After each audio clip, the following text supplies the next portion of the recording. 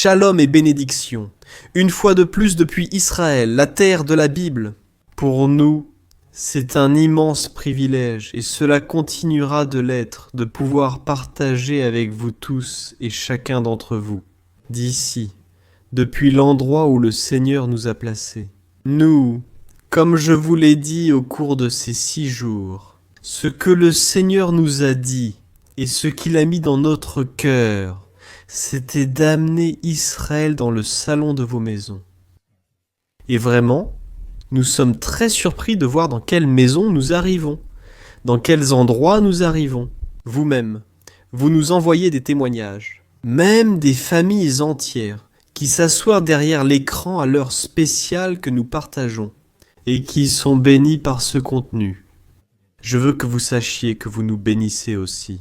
Parce qu'avec chaque témoignage que vous nous envoyez, chaque commentaire que vous nous envoyez, vous nous bénissez. Ici, nous avons pris un temps de prière, nous avons pris un temps très spécial pour demander au Seigneur. Si vraiment il voulait que nous fassions cela, si vraiment il voulait utiliser ce matériel, nous ne voulions pas avoir l'impression de perdre notre temps, ni de faire quelque chose qui ne lui plaît pas vraiment, alors qu'en fait, nous aurions pu faire ce qui lui plaît vraiment. Et en vérité, le résultat de tout ce que nous voyons, c'est que le Seigneur voulait vraiment que nous fassions cela. C'est une affirmation. Vous êtes une affirmation. Vous êtes notre confirmation, la réponse à nos prières que le Seigneur voulait que nous fassions ce genre de contenu. Je sais que beaucoup d'entre vous disent, nous d'ici, nous prions pour qu'un ministère comme le vôtre apparaisse. Comme Voix d'Israël. Nous cherchions et nous voulions nous connecter avec Israël. Nous ignorions la présence de croyants en Israël, ou eux ne savent pas comment les contacter. Beaucoup d'entre vous nous demandent aussi comment est-ce d'être croyant en Israël. Je sais qu'il y a des problèmes pas de persécution, mais oui, de pression et tout ce genre de choses. Il y a de nombreuses questions là-bas auxquelles vous n'avez pas toujours de réponse immédiate. Petit à petit, nous allons nous rapprocher un peu plus de vous. Vous allez vous rapprocher un peu plus de nous et nous allons créer un lien. Nous allons créer un lien d'amitié. Nous finirons par être de très très très bons camarades. Sachez que vous avez déjà une maison en Israël. Vous avez déjà une famille en Israël. Peut-être que pour vous, ce que je dis semble lointain. Non. Comme dire, non, Israël est si loin et que j'ai une famille là-bas en Israël. Regardez. Quand le Seigneur a appelé ma femme et moi à venir en terre de la Bible, pour moi c'était quelque chose d'incroyablement lointain. Je me souviens d'avoir entre 8 et 9 ans, et de passer devant un écran de télévision et de voir des escaliers. Il y avait, je crois, un documentaire à la télévision. Et quand j'ai vu ces escaliers étant si petits, entre 8 et 9 ans, quelque chose s'est passé dans ma mémoire, et je m'en souviens. Parce que dans mon esprit, c'était comme si un jour je marcherais là-bas. Et regardez, des années plus tard, le Seigneur m'a amené à vivre dans cette nation, tout comme il l'a prophétisé et promis dans le livre d'Ézéchiel. Et je vous rassemblerai des nations où je vous ai dispersés, et je vous ramènerai de nouveau dans le pays que j'ai promis à vos pères. Le Seigneur nous a plantés dans la terre de nos ancêtres. Et nous sommes ici en train d'accomplir son appel. Ici nous faisons son œuvre, et ici nous continuerons à faire son œuvre jusqu'à ce qu'il nous le dise. Ça suffit maintenant. Vous avez accompli et mené le bon combat de la foi. Nous sommes passionnés par le service envers le Seigneur, et nous voulons aussi vous transmettre cette passion de servir Dieu. Il n'y a rien de mieux que de le servir. Regardez. Si vous vous occupez de lui, lui s'occupera de vous. C'est la formule parfaite. Occupez-vous de lui. C'est-à-dire, d'abord, obéir, fixer les yeux sur le royaume de Dieu, et il s'occupera du reste. Chaque chose arrivera en son temps. Il ne nous a pas oubliés. Il ne nous a pas négligés. Tout fait partie de son plan parfait. Donc je sais que beaucoup d'entre vous traversent des situations très difficiles. Beaucoup d'entre nous traversent des situations très difficiles. Ne pensez pas qu'Israël fasse exception. Ici, nous traversons des situations très particulières. Et si je m'asseyais pour les partager avec vous, vous n'arriveriez pas à y croire. Que nous soyons debout avec autant de foi dans le Seigneur, malgré tout ce qui nous arrive. Regardez-moi, je suis vraiment un témoignage vivant. J'ai passé près de 3 mois et plus de 3 fois au bord de la mort. J'ai perdu mon audition. Le Seigneur m'a rendu l'audition. J'avais une maladie appelée vitiligo ici sur le visage, toute une tache blanche ici qui était apparue. Et le Seigneur, dans sa miséricorde, m'a guéri. Beaucoup de choses que si je devais m'asseoir avec vous et vous raconter. On pourrait rester ici des heures, mais ne vous inquiétez pas, on aura le temps de partager. Vous allez avoir beaucoup de temps pour rester connecté avec nous, parce que depuis qu'on est arrivé ici, maintenant que le Seigneur a mis ce défi entre nos mains, de connecter Israël avec les nations de la terre, alors nous sommes ici pour aller de l'avant, et pour pouvoir vous amener Israël dans votre salon. Aujourd'hui, nous sommes dans l'épisode 6 de la dernière semaine du Messie, déjà à la fin. Nous sommes déjà arrivés au dernier jour de toute cette série de cette semaine. Mais nous allons continuer avec vous par d'autres moyens. Nous allons continuer à travailler. Regardez, nous par exemple, déjà ce jeudi, rappelez-vous que ce jeudi, à 10h du soir, heure d'Israël, soyez bien attentifs à l'horloge. Sinon, ceux qui sont sur YouTube, par exemple, peuvent activer la petite cloche ou s'abonner, et cela va les aider, comme un rappel. Sur le téléphone ou sur l'ordinateur, cela vous rappellera quand nous mettons en ligne un nouveau contenu. Donc, vous n'avez pas besoin d'être tout le temps devant l'ordinateur, vous recevrez une sorte de notification, un message. N'oubliez pas que nous avons aussi le réseau WhatsApp, où vous pouvez aussi vous connecter via WhatsApp. Nous demandons un peu de patience car vous êtes nombreux à vouloir vous connecter. Donc petit à petit, nous allons mettre en place tout ce système lentement, afin de pouvoir rester connecté avec vous aussi.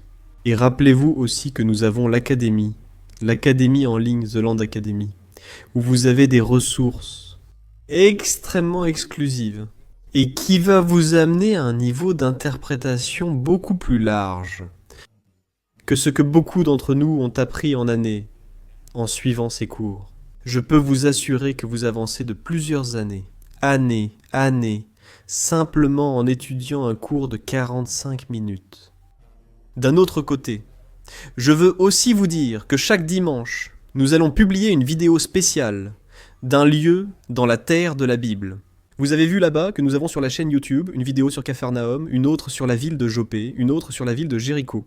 Ainsi, nous allons continuer à ajouter du contenu petit à petit, sur une ville représentative qui se trouve dans les Écritures.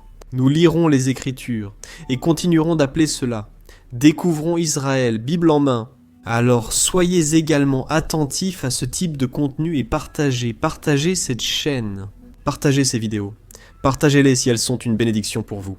Partagez-le pour que nous soyons ensemble, vous et nous, une équipe, et que nous puissions bénir d'autres personnes qui se trouvent de l'autre côté.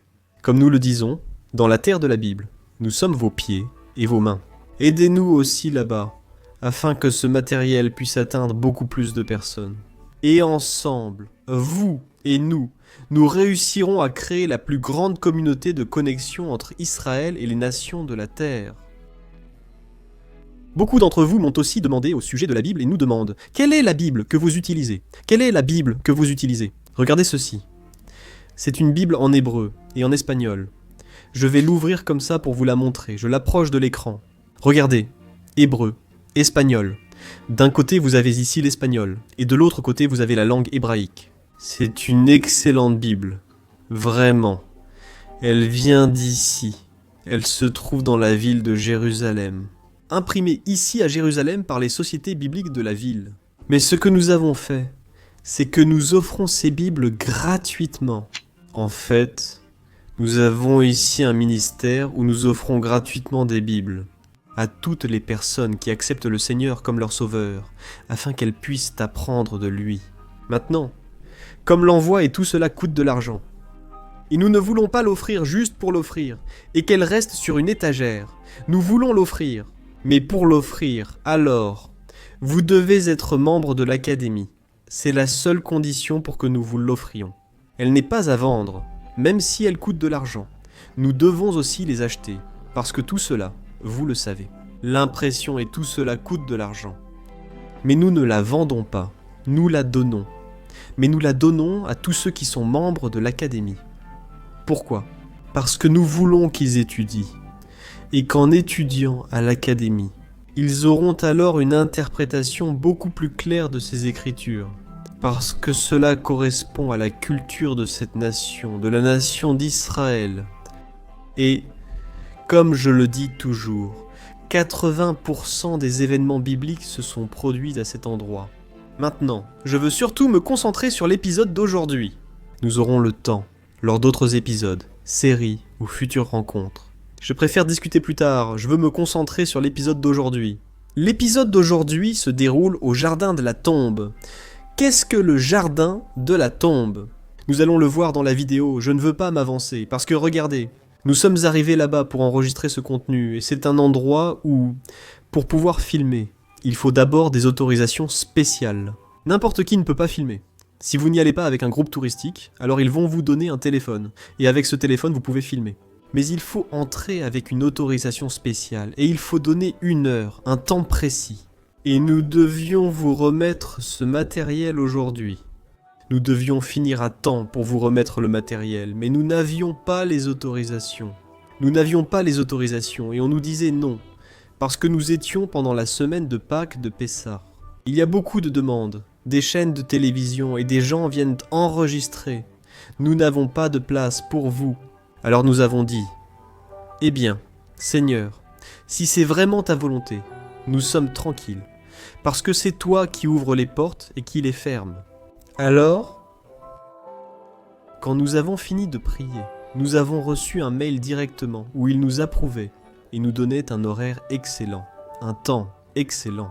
À notre arrivée, ils nous ont donné le temps imparti et nous avons répondu « Espérons que cela suffira ». Et finalement, ils ont doublé notre temps. Ils nous ont donné beaucoup plus de temps pour que nous puissions préparer le matériel. Donc, vraiment, ce matériel d'aujourd'hui est un matériel miraculeux. Et tout comme c'est un matériel miraculeux, nous croyons et savons que le Seigneur va l'utiliser pour bénir votre vie. Alors, je vais vous demander une seule chose avec ce matériel. Je veux que vous soyez très attentifs. Je veux que vous ouvriez votre cœur, que vous ouvriez votre compréhension, que vous soyez attentifs à ce que Dieu veut vous dire aujourd'hui. Regardez. On n'a pas souvent l'occasion de recevoir des messages directement depuis la ville de Jérusalem, et pas souvent directement, depuis l'endroit où le Messie a été enterré, et depuis l'endroit même où il est ressuscité. Alors je crois qu'aujourd'hui est un jour spécial, un jour où le Seigneur va vraiment agir. Cette conclusion de cette série de la semaine du Messie dans la ville de Jérusalem.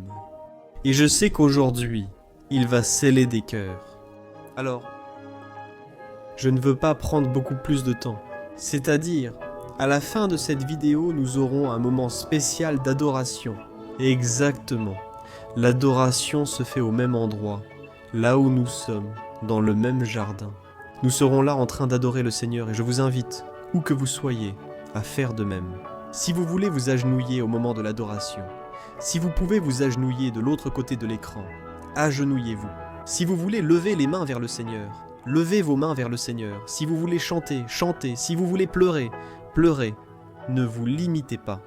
Ceci est un matériel pour lequel nous avons prié, et nous croyons que l'Esprit Saint peut toucher votre vie aujourd'hui. Dieu est illimité. Alors préparez votre cœur avec tout ce que vous avez, car tout ce que vous avez, remettez-le lui. Le Seigneur, dans ces minutes, va faire quelque chose de spécial avec chacun de nous, avec vous et avec nous. Alors je veux ici fermer ma bouche, ne plus parler. Et je veux que nous entrions directement dans cet épisode et que nous puissions apprendre de ce que le Seigneur nous a donné. Nous voulons vous les apporter et que vous soyez bénis. Vous êtes déjà bénis. Alors soyons ensemble, vous et nous, un canal de bénédiction.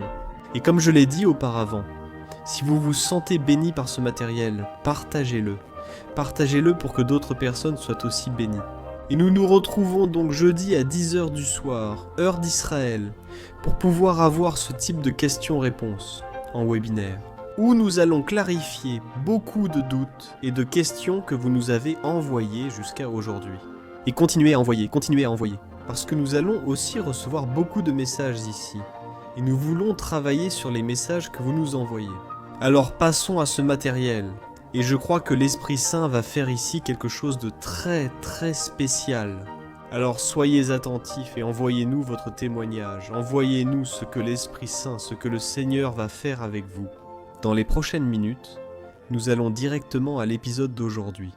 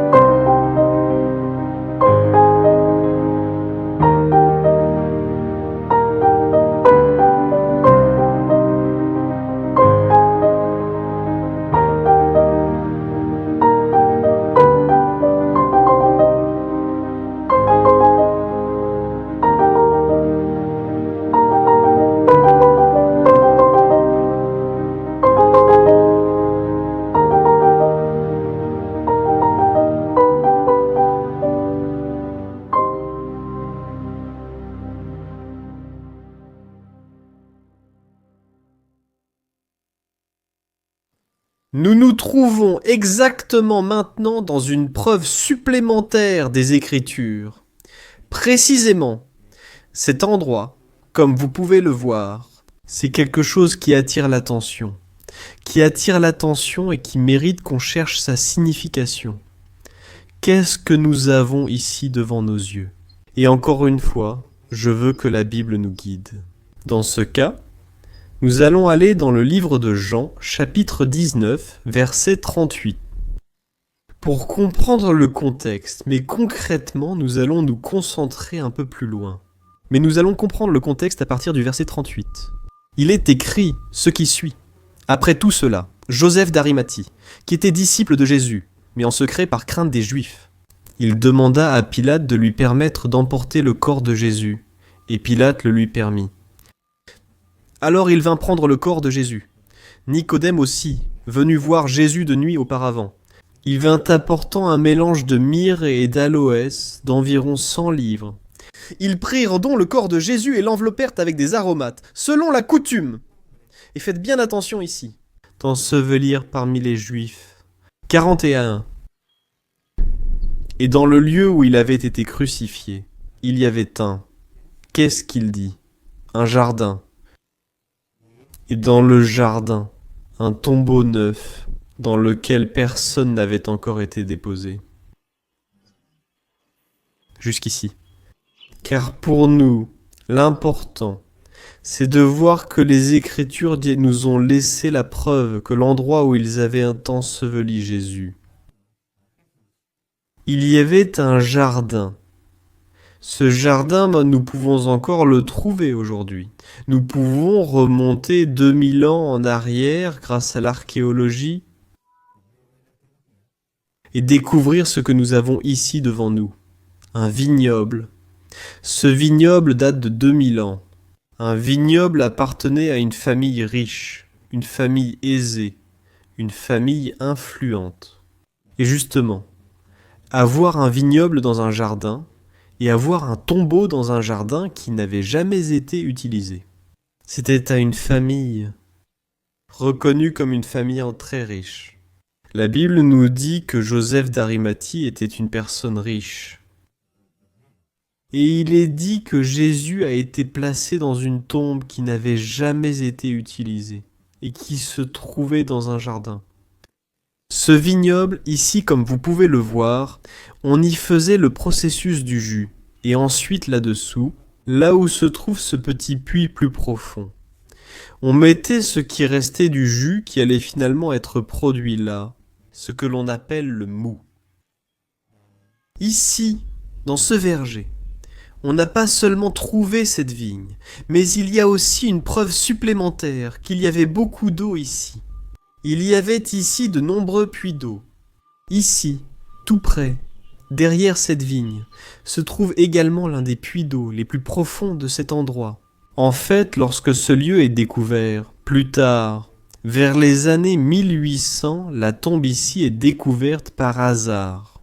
Pas parce qu'ils cherchaient en une tombe, mais parce qu'ils cherchaient plus de puits d'eau, et ils voulaient en transformer, lorsqu'ils ont découvert cette tombe, en un puits d'eau. Finalement, les archéologues, les historiens, et les personnes qui ont commencé à enquêter un peu plus en profondeur découvrent cela.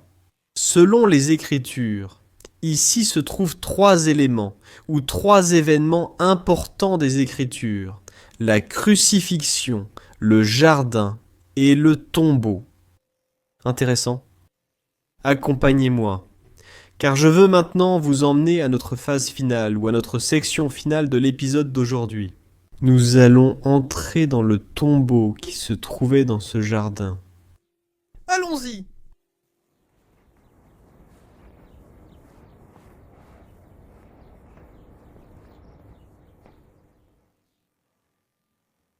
Je suis vraiment ici, en ce lieu, et beaucoup de choses me traversent l'esprit en ce moment. Et je pense qu'en voyant cet endroit et en vous voyant là, de l'autre côté avec moi, c'est quelque chose que nous voulions que vous puissiez expérimenter.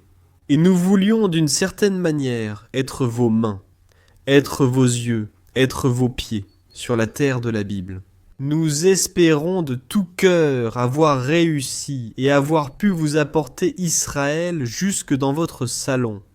Je crois que ce que nous avons ici devant nos yeux, aujourd'hui, ce tombeau, cette porte, dans quelques secondes, nous allons y entrer.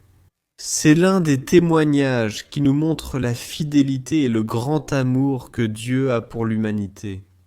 Dieu nous a vraiment aimés, nous aime et nous aimera pour toujours. Permettez-moi de lire les Écritures et que ce ne soit pas moi, avec mes propres mots, qui parle en ce lieu. Exactement. Je veux que la Bible nous guide à ce moment-là pour les prochaines secondes. Je veux lire dans le livre de Luc, chapitre 23, verset 50 et suivant.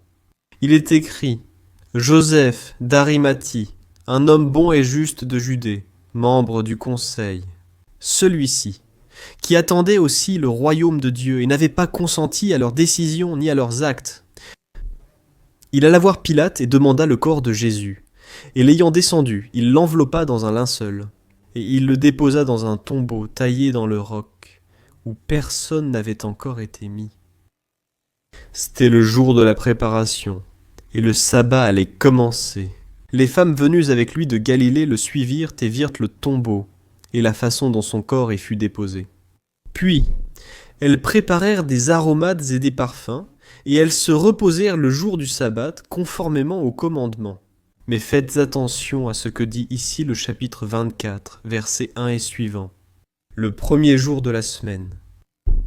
Très tôt le matin, elles vinrent au sépulcre, à cet endroit où nous nous trouvons maintenant, apportant les aromates. Imaginez-vous depuis là-bas, depuis votre maison. Ce n'est pas moi qui suis ici. Ce n'est pas cet escalier qui est ici. Mais ce sont des femmes qui arrivaient jusqu'à cet endroit. Ici, il y avait une pierre qui avait été déplacée.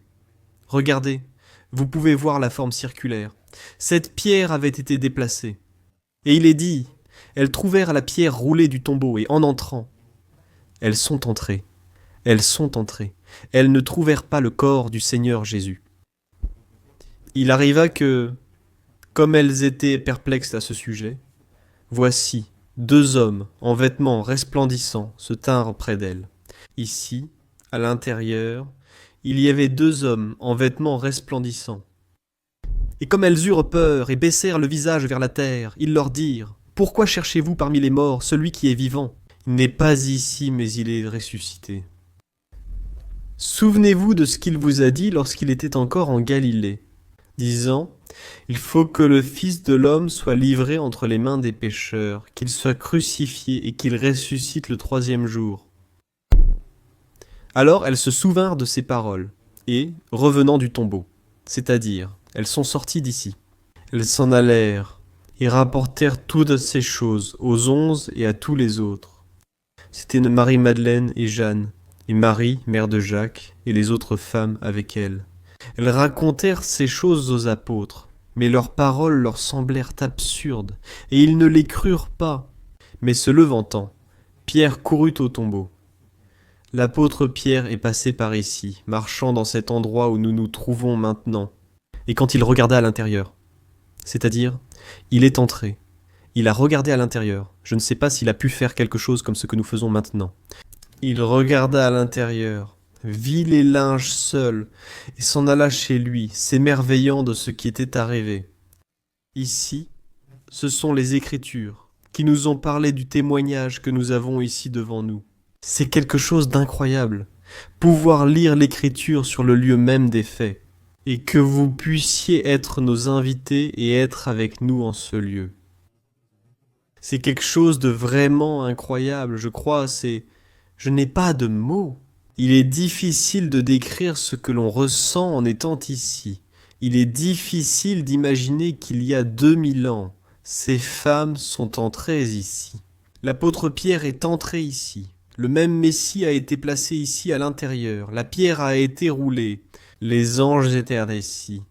Et le Messie lui-même, c'est d'ici qu'il est sorti en marchant dans un corps ressuscité. D'ici, vous venez de m'entendre dire ce que j'ai dit. Il est sorti en marchant dans un corps ressuscité. Et la Bible nous dit que pendant 40 jours, il a fait des manifestations et est apparu à ses disciples à différentes occasions. Je crois que, comme nous l'avons dit à un moment de cet épisode, bien qu'il soit important de suivre les traces de l'archéologie de l'histoire et d'essayer de découvrir où se sont produits les faits importants, je crois que le plus important, et je pense que le message le plus essentiel que Dieu nous laisse ici à travers les Écritures, c'est que le tombeau est vide. Le Messie est ressuscité. Celui qui est venu il y a 2000 ans est ressuscité. Et aujourd'hui, par le Saint-Esprit, il demeure en vous. Il demeure dans votre vie. Il nous a sauvés de l'esclavage que nous méritions pour l'éternité. Ici, il a accompli ce qui avait vraiment été programmé pour pouvoir accomplir. Le plan parfait de Dieu venait de s'accomplir. La dernière semaine du Messie à Jérusalem avait été complètement scellée. Par la résurrection, le Messie était ressuscité.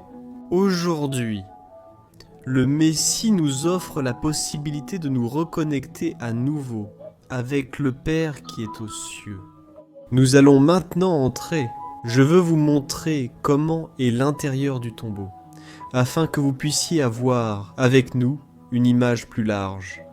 Imaginez, je veux que vous preniez quelques secondes et que vous vous imaginiez pendant que nous entrons, que les femmes, celles-ci entraient, et quand elles entraient, elles allaient trouver la même chose que nous allons trouver maintenant. Une tombe vide, une pierre roulée, il y a 2000 ans. Aujourd'hui encore, l'histoire continue de se répéter, et nous allons répéter l'histoire en entrant comme ces femmes et en nous retrouvant là où le Messie n'est plus. Et que résonnent entre les paroles de ceux qui se sont présentés et lui ont dit « Pourquoi cherchez-vous parmi les morts celui qui est vivant ?» Le Messie est ressuscité. Pendant que nous entrons, gardez cela à l'esprit. Le Messie est ressuscité. Accompagnez-moi, entrons ensemble dans le tombeau.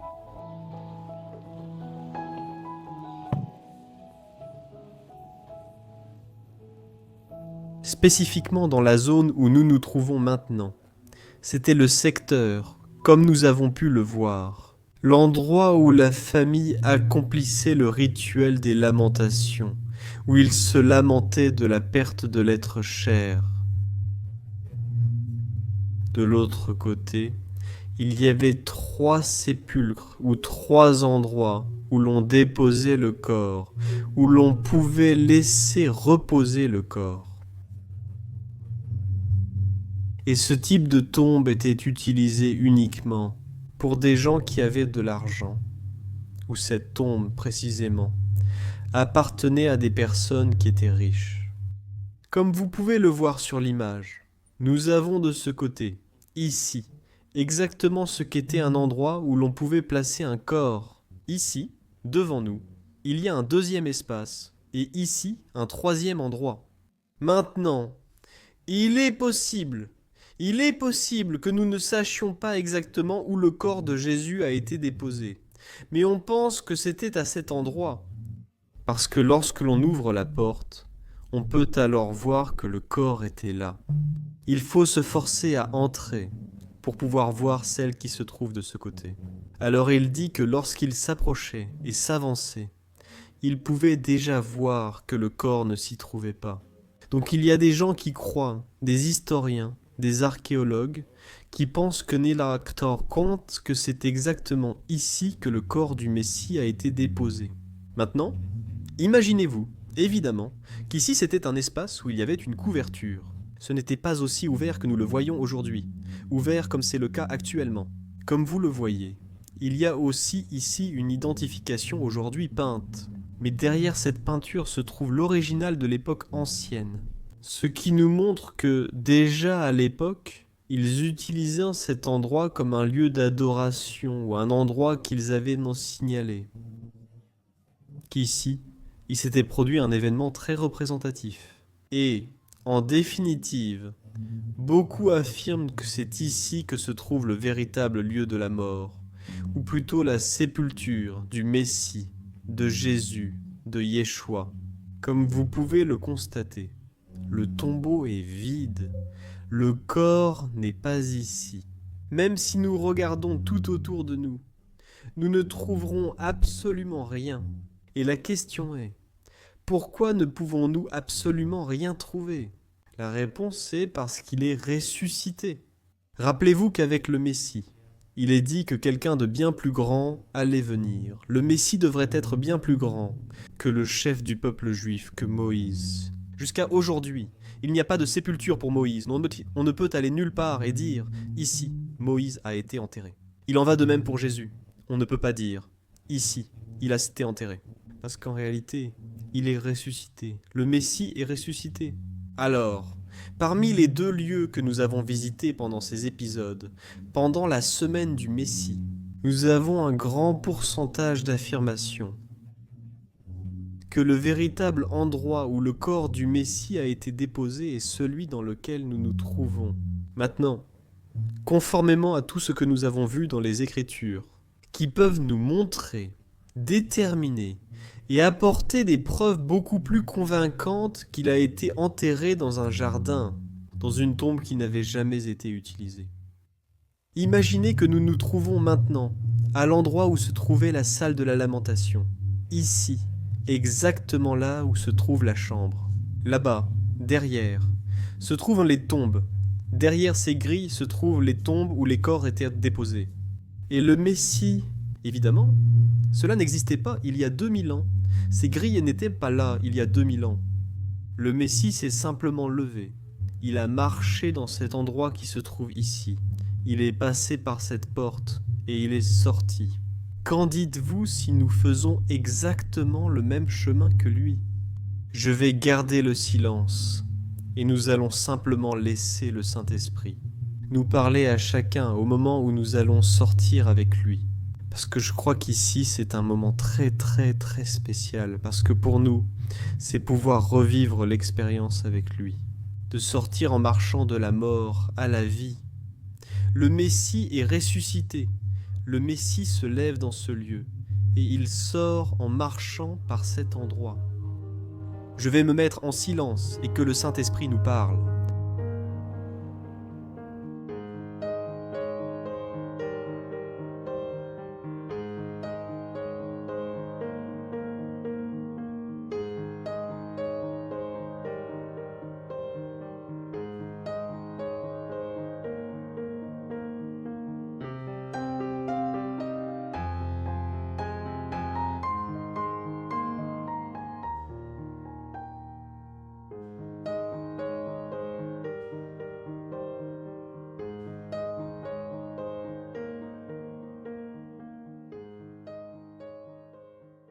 Pendant un instant, sa lumière s'est éteinte.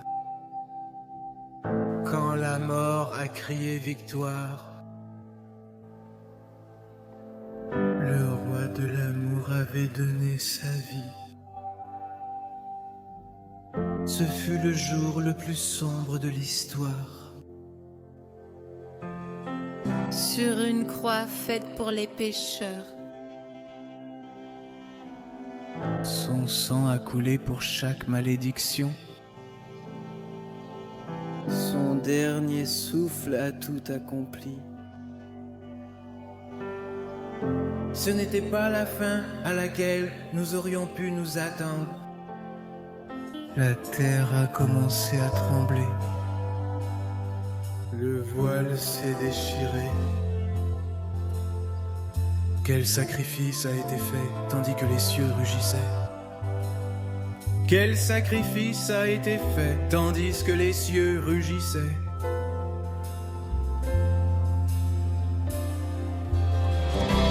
Que tout loue le roi Jésus,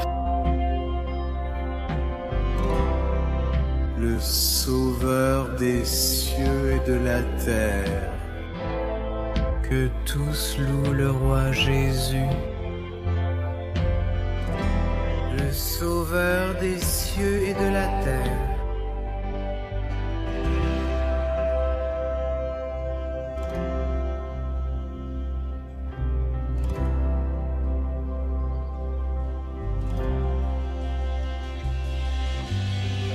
Soudain, le ciel s'est illuminé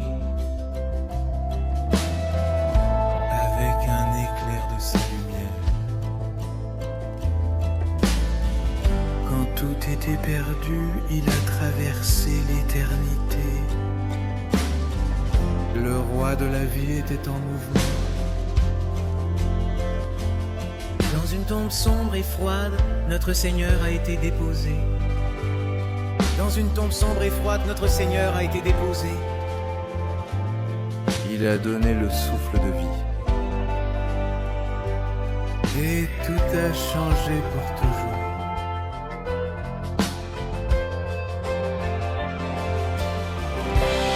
Que tous louent le roi Jésus, le sauveur des cieux et de la terre. Que tous louent le roi Jésus, le sauveur des cieux et de la terre. Que tous louent le roi Jésus, le sauveur des cieux et de la terre. Que tous louent le roi Jésus, le sauveur des cieux et de la terre.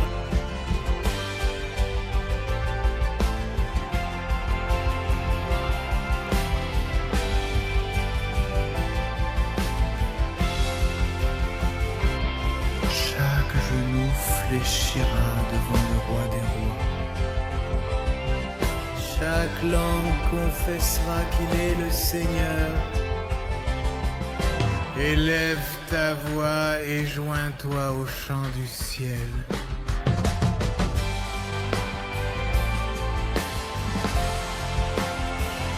En chantant saint, nous proclamons saint. En chantant saint, nous proclamons saint. En chantant saint, nous proclamons saint. Et que tous louent le roi Jésus. Le sauveur des cieux et de la terre. Que tout loue le roi Jésus. Le sauveur des cieux et de la terre.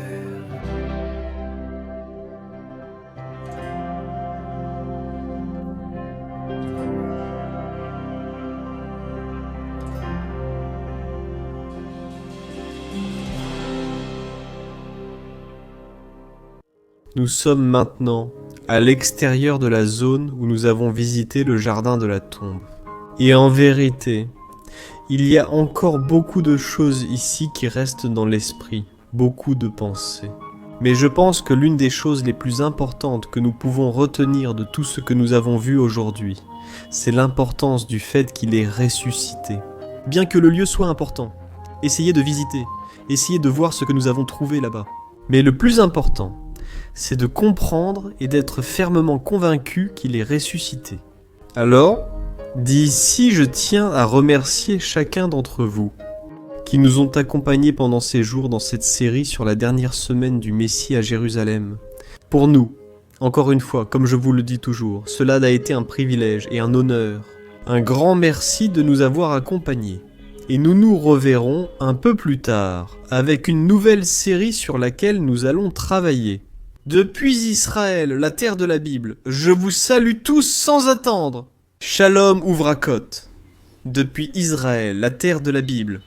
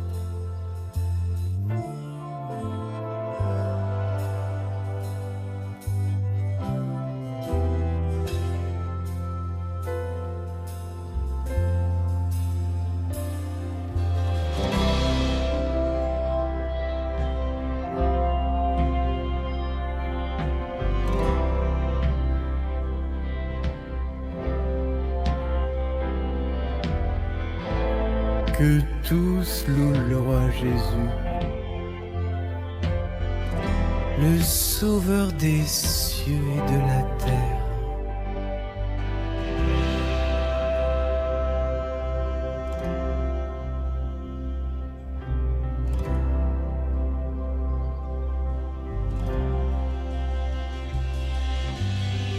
Soudain le ciel s'est illuminé. Avec un éclat de sa lumière. Quand tout était perdu, il a traversé l'éternité. Le roi de la vie était en mouvement. Dans une tombe sombre et froide, notre Seigneur a été déposé. Dans une tombe sombre et froide, notre Seigneur a été déposé. Il a donné le souffle de vie. Et tout a changé pour toujours.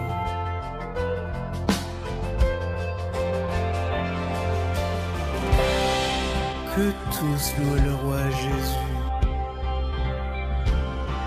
le sauveur des cieux et de la terre. Que tous louent le roi Jésus, le sauveur des cieux et de la terre. Que tous louent le roi Jésus, le sauveur des cieux et de la terre. Que tous louent le roi Jésus, le sauveur des cieux et de la terre.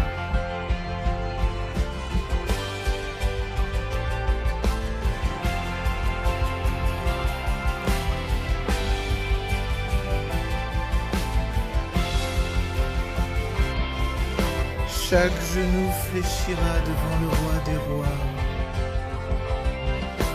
Chaque langue confessera qu'il est Seigneur. Élève ta voix et joins-toi au chant du ciel.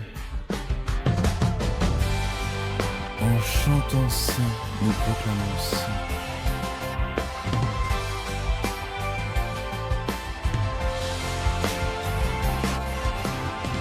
En chantant saint, nous proclamons saint.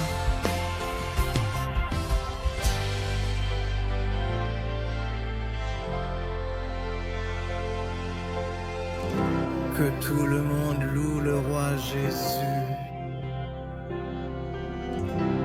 le sauveur des cieux et de la terre.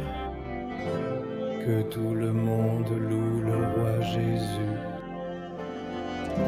le sauveur des cieux et de la terre.